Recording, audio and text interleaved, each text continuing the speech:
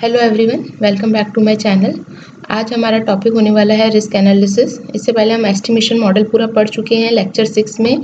Lecture 6 को हमने 5 parts में कवर किया था, जिसके अंदर हमने साइज एस्टिमेशन देखा था, एफर्ट एस्टिमेशन देखा था, ठीक है, सॉफ्टवेयर क्वालिटी एस्टिमेशन देखे, सॉफ्टवेयर मेंटेनेंस एस्टिमेशन देखे, और साइज एस्टिमेशन में भी हमने 2 इनडायरेक्ट और डायरेक्ट मेजरमेंट्स देखे थे, तो जिसमें एलओसी के थ्रू भी हमने काउंट किया था साइज सॉफ्टवेयर का, और हमने फंक्शन पॉइंट एनालिसिस के थ्रू भी काउंट किया था। तो आई रिक्वेस्ट कि आपने वो लेक्चर नहीं देखा है तो प्लीज़ लेक्चर 6 को कंप्लीट देखिए। That is very important lecture, क्योंकि एस्टिमेशन मॉडल एक ऐसा मॉडल है जिसके अंदर सॉफ्टवेयर इंजीनियरिंग सब्जेक्ट में न्यूमेरिकल पोर्शंस आते हैं, तो वो करना ज़रूरी है, क्योंकि उसमें आपको पता होना चाहिए कि कहाँ पे किस तरीके के फार्मूलाज यूज़ हो रहे हैं। तो उसका पिन में मैं डाल दूंगी, आप देख सकते हैं लिंक में जाके लेक्चर 6 को। बाकी हमने प्लेलिस्ट पूरी प्रॉपर मेंटेन कर रखी है सॉफ्टवेयर इंजीनियरिंग की, जिसमें लेक्चर 1 से लेके हमने स्टार्ट किया है सॉफ्टवेयर इंजीनियरिंग के इंट्रोडक्शन से लेके जो भी प्रॉपर्टीज़ हैं, क्या मॉडल्स हमने यूज़ किए हैं उसके अंदर, एस्टिमेशन के अंदर वाटरफॉल मॉडल्स और ये सब भी जो मॉडल्स होते हैं, ये सारे मॉडल्स हमने ऑलरेडी पढ़ लिए हैं। ये मॉडल्स बहुत इंपॉर्टेंट हैं, तो ये आप जाके देखिए। आज वाला जो टॉपिक है वो है हमारा रिस्क एनालिसिस के बेसिस पे। तो आइए आज का लेक्चर स्टार्ट करते हैं। तो लेक्चर स्टार्ट करने से पहले आई जस्ट रिक्वेस्ट कि अगर आपको वीडियोस अच्छे लग रहे हैं और ये वीडियोस आपको हेल्पफुल लग रहे हैं आपके एग्जाम्स के पर्सपेक्टिव से, तो प्लीज़ प्लीज़ प्लीज़ सब्सक्राइब कीजिए चैनल को। Okay, it will motivate me to produce more content, more valuable content for you regarding your exam syllabus. So let's start. So what is risk analysis. सबसे पहली बात है, risk analysis को समझने के लिए देखना पड़ेगा कि रिस्क कंडीशन क्या होती है। किसी भी सॉफ्टवेयर के अंदर कोई रिस्क कंडीशन क्या कहलाएगी, जब भी कोई भी ऐसी एक्सट्रीम कंडीशन जो कि आपको आपके सॉफ्टवेयर डेवलपमेंट में रॉन्ग पाथ पर लीड करती है। मीन्स आपका एक करेक्ट सिचुएशन में डेवलपमेंट हो रहा था, लेकिन कोई एक्सट्रीम कंडीशन, मीन्स कोई ऐसी कंडीशन आ गई जिस कंडीशन से जो सॉफ्टवेयर का डेवलपमेंट है वो किस पे लीड कर गया, रॉन्ग पाथ पर। तो वो जो कंडीशन होती है वो क्या कहलाती है, आपकी रिस्क कंडीशन। हम रिस्क को क्या बोल सकते हैं, रिस्क कंडीशन तो समझ आ गया। रिस्क का मतलब क्या हो गया, जो भी कोई सरप्राइजेस सॉफ्टवेयर के अंदर अगर कोई भी सरप्राइज आ जाता है, that is called a risk. Yes, कि मीन्स जो भी कुछ अननोइंगली चीज़ें आ रही हैं, कोई अननोइंगली डिफेक्ट्स आ रहे हैं, बग्स आ रहे हैं जो कि आपने कवर्ड नहीं किए हैं डिप्लॉयमेंट केस में, तो वो क्या हो जाएंगी, आपकी रिस्क हो जाएंगी। तो और क्या बोल सकते हैं रिस्क को, जो भी टुमारोज प्रॉब्लम है वो क्या बन सकती है, टुडेज रिस्क। मीन्स अब कुछ चीज़ें हैं, कुछ फैक्टर्स हैं जो कि आपने कंसिडरेशन में नहीं लिए डेवलपमेंट के अंदर, तो क्या होगा, जब आप उसको डिप्लॉय करोगे तो ये पॉसिबिलिटी हो सकती है कि इन फ्यूचर उसमें प्रॉब्लम्स आ जाएंगी। तो वो जो फ्यूचर में प्रॉब्लम्स आने वाली हैं वो आज के लिए क्या बन सकती हैं, रिस्क बन सकती है।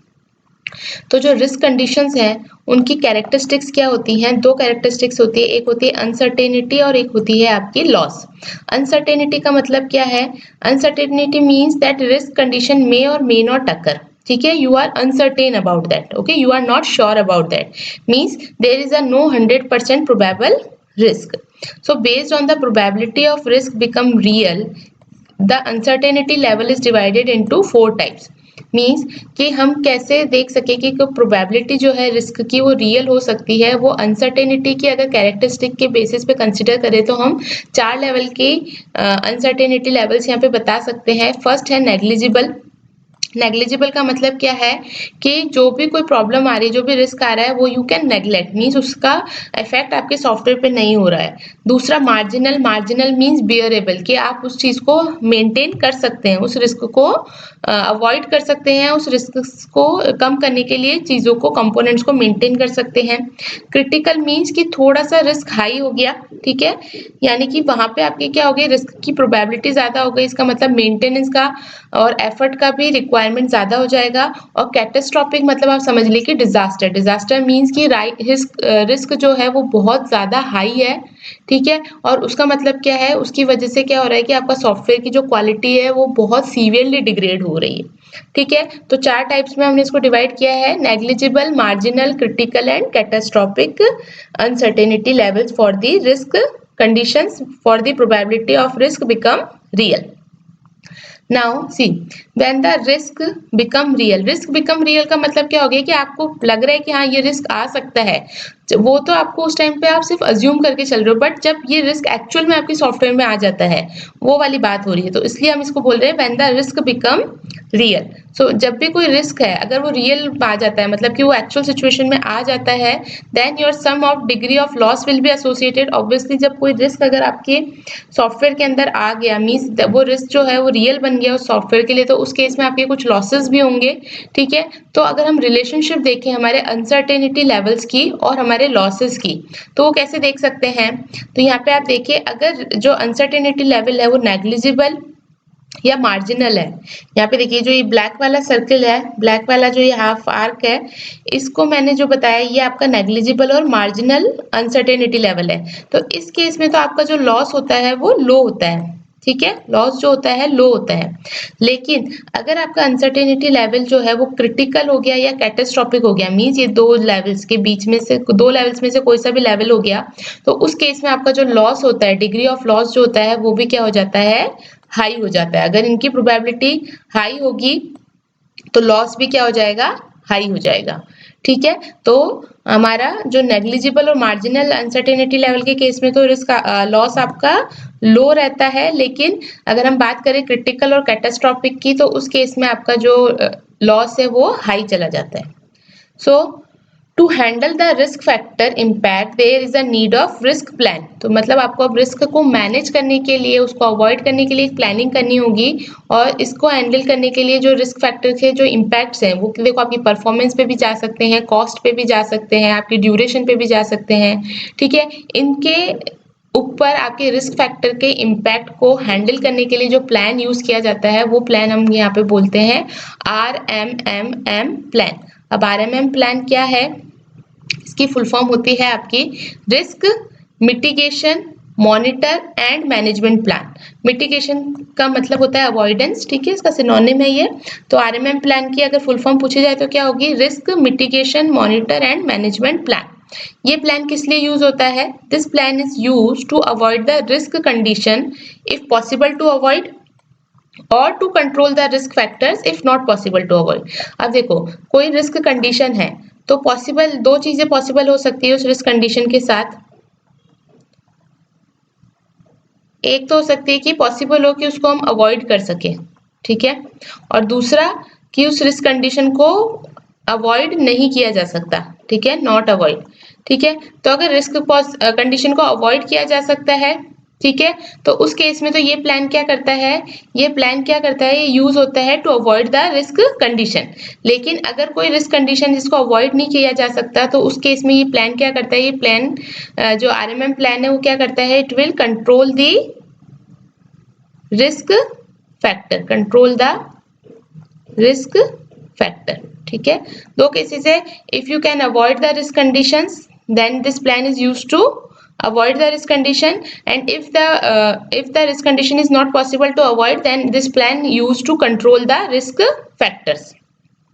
So this plan contains the two strategies कौन सी है यहाँ पे? reactive risk strategy and proactive risk strategy। अगर हम reactive risk strategy की बात करें तो ये प्लान जो होता है, this plan is used to monitor the project for the probable risk। So this plan is used to handle the unpredictable risk condition। ठीक है, ये रिएक्टिव रिस्क स्ट्रेटेजी में आप क्या हैंडल करते हो? जो अनप्रिडिक्टेबल रिस्क कंडीशन है उनको हैंडल किया जाता है, या जो भी प्रोबेबल रिस्क आ सकते हैं उनको मॉनिटर करने के काम में ये वाली स्ट्रेटेजी अपनाई जाती है। इस स्ट्रेटेजी को या इस प्लान को हम क्या कहते हैं? Fire fighting mode. ठीक है, फायर फाइटिंग मोड भी कहा जाता है रिएक्टिव रिस्क स्ट्रेटेजी प्लान्स को। ठीक है, दूसरा होता है आपका proactive risk strategy. Proactive risk strategy जो है, this plan is used to avoid the risk condition if possible और to manage the risk condition if not possible. दोनों ही चीजें हैं, अगर रिस्क कंडीशन को आप अवॉइड कर सकते हो तब तो ये प्लान उसको अवॉइड करने के काम में आएगा। लेकिन अगर कोई रिस्क कंडीशन है जिसको अवॉइड नहीं किया जा सकता, तो उस केस में यहाँ पे आप मैनेज करोगे उस रिस्क कंडीशन को। So this plan is use to handle the predictable risk condition. देखो, जो रिएक्टिव रिस्क स्ट्रेटेजी था ये तो किस लिए यूज हो रहे थे, ये वाला प्लान तो to handle the unpredictable risk conditions, ठीक है, जो रिस्क कंडीशंस अनप्रिडिक्टेबल थी और वो रियल बन गई, ठीक है। जबकि प्रोएक्टिव रिस्क स्ट्रेटेजीज कौन सी है, जो कि प्रिडिक्टेबल रिस्क कंडीशंस थी और अब वो रियल में आ गई है, तो उनको हैंडल करने के लिए आपका proactive risk strategy plan use किया जाता है, ठीक है। तो ये हमारा आरएमएम प्लान था। इसके बाद अब देखते हैं टाइप्स ऑफ रिस्क कौन कौन से होते हैं। तो टाइप्स ऑफ रिस्क में जो फर्स्ट रिस्क होता है वो होता है आपका प्रोजेक्ट रिस्क। प्रोजेक्ट रिस्क का मतलब क्या है, ये प्रोजेक्ट रिस्क जो है, ये रिस्क इसको थ्रेटन करता है आपके प्रोजेक्ट के प्लान को, ठीक है। तो अगर ये वाला रिस्क आपका रियल बन गया, मीन्स अगर ये वाला रिस्क जो आपका एक्शन में आ गया, इसका मतलब क्या हो जाएगा, you can't able to develop the software on time and on budget, क्योंकि ये डायरेक्टली किसको थ्रेटन कर रहा है, आपके प्रोजेक्ट के प्लान को। दूसरा होता है आपका टेक्निकल रिस्क। टेक्निकल रिस्क जो है ये किसको थ्रेटन करता है, quality and the timeliness of the software development. जो सॉफ्टवेयर का डेवलपमेंट हो रहा है, ठीक है, जो भी आप टेक्निकल चीजें वहां पे यूज कर रहे हो, उन टेक्निकल चीजों पे थ्रेटन करता है आपका टेक्निकल रिस्क। और अगर ये रिस्क आपका रियल हो गया, ठीक है, if this risk becomes real, okay, then the impossible to develop the software by using the selected background language।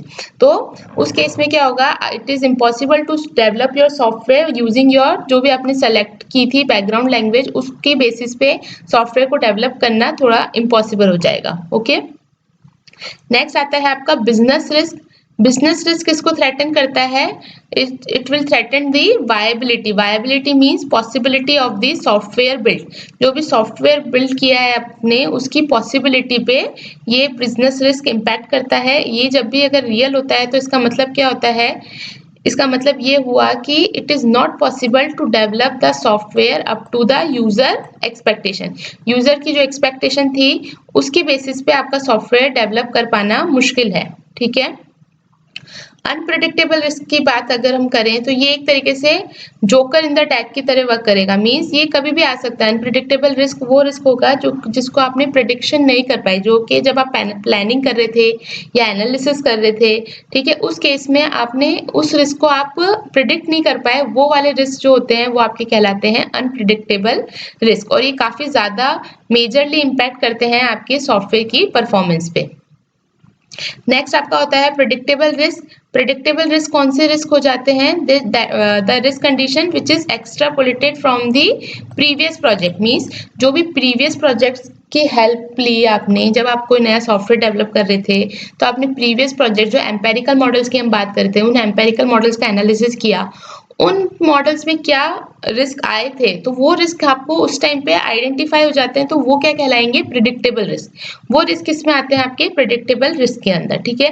लेकिन अनप्रिडिक्टेबल रिस्क कैसे हो सकता है, जैसे सपोज आप कोई मॉडल है जो कि बिल्कुल बेसलाइन से बना रहे हैं, ठीक है, उसमें कोई भी प्रीवियस प्रोजेक्ट्स के एनालिसिस आपने यूज नहीं किए हैं, तो उसके अंदर जो रिस्क आते हैं वो क्या इस टाइप के रिस्क हो जाते हैं, आपके अनप्रिडिक्टेबल रिस्क हो जाते हैं। ये हो गए टाइप्स ऑफ रिस्क की बात। अब हम बात करते हैं रिस्क कंपोनेंट्स, ठीक है। रिस्क कंपोनेंट्स का मतलब क्या हुआ कि जब सॉफ्टवेयर डेवलपमेंट का प्रोसेस हो रहा है तो उस केस में कौन से कंपोनेंट्स हैं जो कि इम्पैक्ट होते हैं या अफेक्ट होते हैं by your risk factor. Risk के आने की वजह से, मीन्स कि अगर रिस्क आपका रियल बन जाता है तो उस केस में आपके कौन से सॉफ्टवेयर डेवलपमेंट प्रोसेस के कंपोनेंट्स अफेक्ट होते हैं। तो बेसिकली 4 मेजर कंपोनेंट्स है जो अफेक्ट होते हैं। फर्स्ट है आपका performance, then your cost, then schedule and support. सबसे पहले बात करते हैं परफॉर्मेंस की। परफॉर्मेंस में क्या कह रहा है ये, level of uncertainty to satisfy the specification of the software system.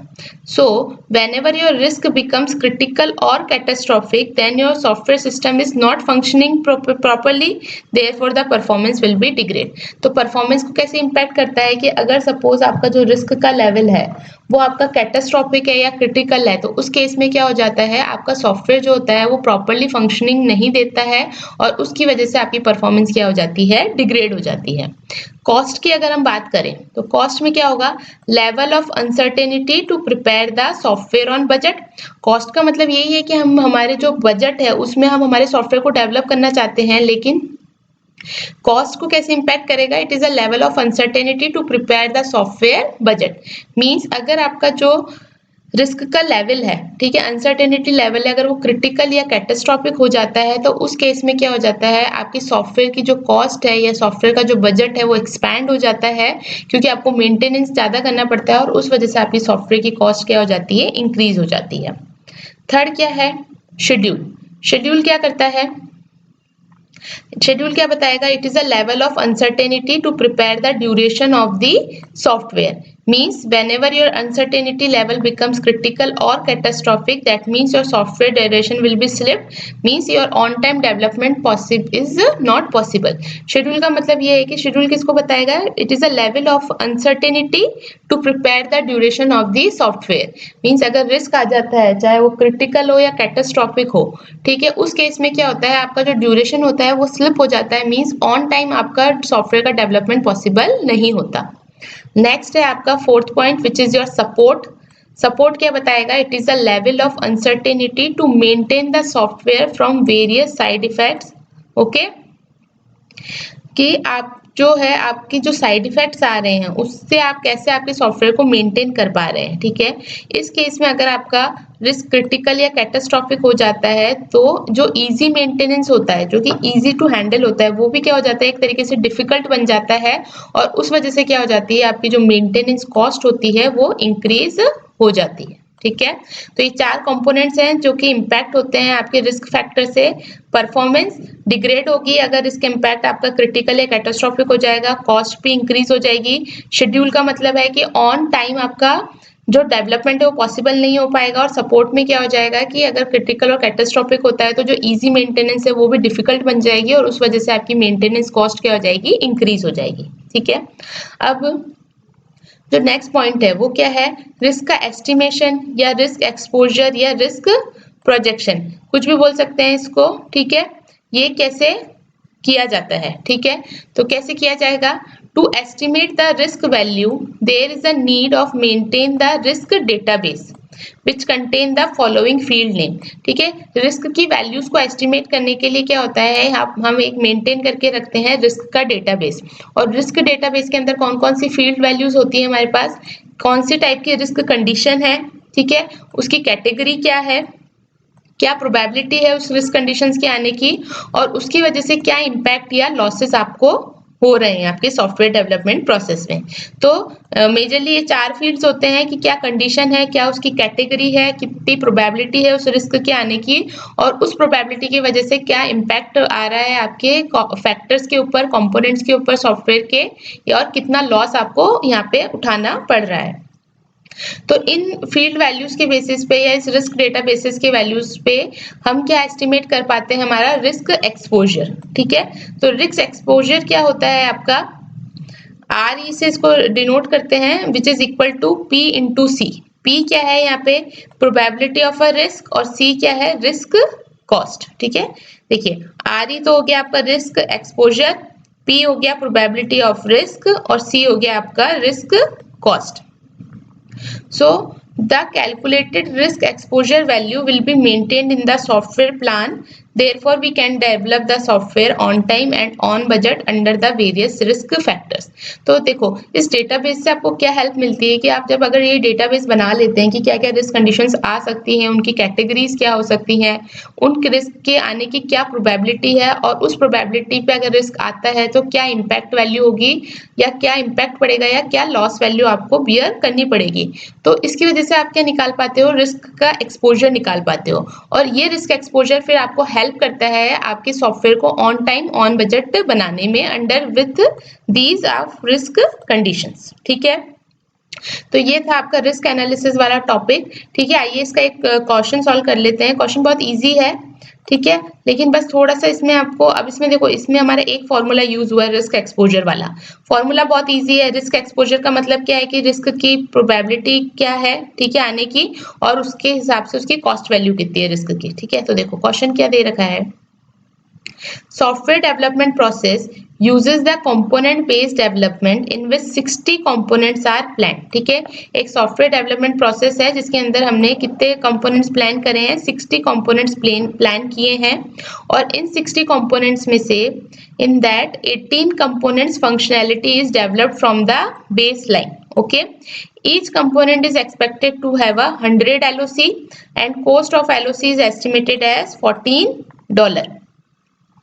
What is the risk exposure when the probability of risk become real which is 80%। तो देखो हमें क्या क्या दे रखा है, यहाँ पे देखा जाए हमको यहाँ पे 60 तो हमारे टोटल कंपोनेंट्स है जो कि हमें डेवलप करने हैं। ठीक है, 60 कंपोनेंट्स हमने प्लान किए हैं जिसमें से 18 जो कंपोनेंट्स हैं वो हमने बेस लाइन से बनाए हैं। तो 18 के अलावा बाकी कंपोनेंट्स क्या हो गए, 42 कंपोनेंट्स। अभी कह रहा है कि जो 18 कंपोनेंट्स है वो आपके बेस लाइन से बने। Base line means from the scratch. तो जो बाकी 42 कंपोनेंट्स होंगे वो कैसे लिए गए होंगे, या तो वो ऑफ द शेल्फ होंगे, of the shelf means third party. ठीक है, या फिर फुल्ली होंगे या फिर पार्शियल होंगे। ठीक है, ये हमने पढ़े थे कि जब हम कंपोनेंट्स को एक्सट्रैक्ट करते हैं तो आपके पास तरीके क्या हो सकते हैं, या तो आप उस कंपोनेंट को बिल्कुल बेस लाइन से बना रहे हो, या फिर उस कंपोनेंट को किसी थर्ड पार्टी से ले रहे हो। ठीक है, या फिर लाइब्रेरी में जो रखी हैं फुल्ली जो है आपकी उसके अंदर से ले रहे हैं कि जो लाइब्रेरी इसके अंदर आपकी डायरेक्टरीज हैं उनके वहां से आप एक्सट्रैक्ट कर रहे हो, या फिर पार्शियली मींस उसको थोड़ा सा इनहेंस कर रहे हो। तो देखो इस केस में जो ये 42 कंपोनेंट्स होंगे ये कंपोनेंट्स तो आपके हो जाएंगे रिस्क फ्री, क्योंकि प्रीवियस जो प्रोजेक्ट्स हैं वहां से लिए जा रहे हैं। तो ये ऑलरेडी माने जाएंगे कि ये इनका रिस्क एनालिसिस, रिस्क फैक्टर जो भी वैल्यूज हैं वो ऑलरेडी आइडेंटिफाई कर ली गई हैं, तो इनको तो हम मानेंगे रिस्क फ्री। लेकिन जो ये 18 कंपोनेंट्स हैं, ये 18 कंपोनेंट्स आपके कैसे बन रहे हैं, बेस लाइन से। बेस लाइन से मींस यहाँ पे ये वाले जो कंपोनेंट्स होंगे ये क्या कहलाएंगे, रिस्क फुल कंपोनेंट। ठीक है, रिस्क फुल कंपोनेंट। तो इन 18 कंपोनेंट्स के ऊपर आपका रिस्क एक्सपोजर कैलकुलेट होगा। तो देखो 18 कंपोनेंट्स के ऊपर रिस्क एक्सपोजर कैलकुलेट करने के लिए हमारे को पता है कि रिस्क एक्सपोजर का हमारा फॉर्मूला क्या था, RE is equal to P into C. P क्या है, प्रोबेबिलिटी ऑफ रिस्क। तो प्रोबेबिलिटी आपको कितनी दे रखी है, 80% दे रखी है। ठीक है, तो यहाँ पे क्या हो जाएगा, 80% आपको प्रोबेबिलिटी दे रखी है, मल्टीप्लाई बाय कॉस्ट। कॉस्ट कैसे निकलेंगी, हमारे पास टोटल कंपोनेंट्स कितने हैं, अगर हम कॉस्ट की बात करें तो टोटल जो रिस्क वाले कंपोनेंट्स है वो 18 है। हर एक कंपोनेंट कितनी एलओसी लेके चल रहा है, 100 एलओसी। ठीक है, और हर एलओसी की एस्टिमेटेड वैल्यू कितनी है यहाँ पे, $14। तो ये हो जाएगा $14। तो ये टोटल कॉस्ट यहाँ से आ जाएगी आपकी। ठीक है, कितनी आ जाएगी, ये $14 है, तो डॉलर के केस में हम निकाल देंगे तो कितना आ गया, $25,200। ये तो आ गई आपकी कॉस्ट, प्रोबेबिलिटी आ गई 80, इन दोनों को मल्टीप्लाई कर देंगे। ठीक है, तो यहाँ पे लिख लेते हैं कॉस्ट की वैल्यू आ गई हमारी $। ठीक है, 80% है, इसको कन्वर्ट कर देंगे तो 80 डिवाइडेड बाई 100 हो जाएगा। ठीक है, तो इसको आप सॉल्व करेंगे तो ये 20 से 20 कैंसिल हो जाएंगे, और 80 को 252 से मल्टीप्लाई करेंगे तो कितना आंसर आ जाएगा, $20,160। ठीक है, ये आपका आंसर आ जाएगा किसका, रिस्क एक्सपोजर का। ठीक है, इस तरीके से क्वेश्चन आप सॉल्व कर सकते हैं। ठीक है, तो क्वेश्चन कैसे सॉल्व हो पाया, रिस्क एक्सपोजर से, जिसका फॉर्मूला भी हमने देखा था।